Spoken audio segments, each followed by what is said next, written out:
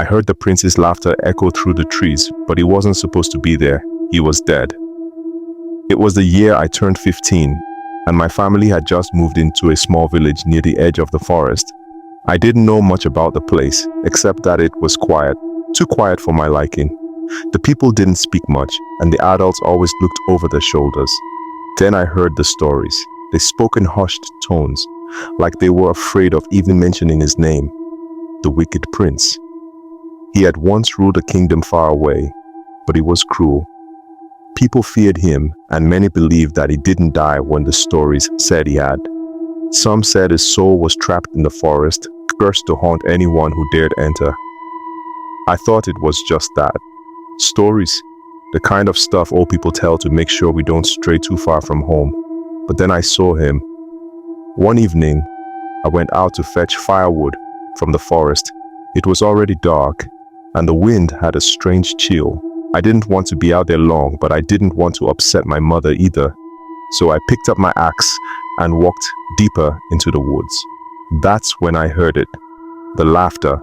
It wasn't loud or wild, but it was unmistakable. A low, mocking sound, like someone was watching me. At first, I thought it was just the wind, but as I listened, I realized it was coming from behind me, from the trees. My heart dropped. I turned quickly, but there was nothing, just the dark, still woods. I thought maybe I was just scared, so I tried to ignore it and kept working. But the laughter came again, closer this time. My hands shook as I gripped the axe tighter. And then, out of nowhere, he was there. A man, tall and thin, dressed in old tattered clothes.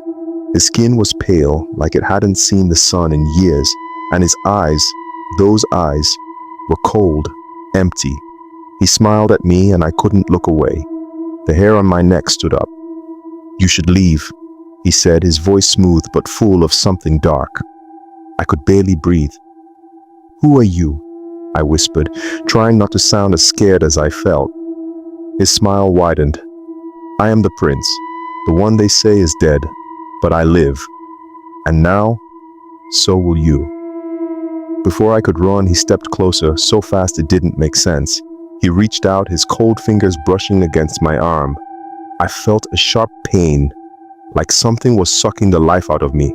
I stumbled back, heart pounding. But then the laughter came again. He was gone. I don't know how I made it back to the village that night, but I did. When I tried to tell my family, they just shook their heads, like they'd heard the story 100 times before. "The prince," my father said softly, "is still out there." That was the last time I ever went into the forest alone.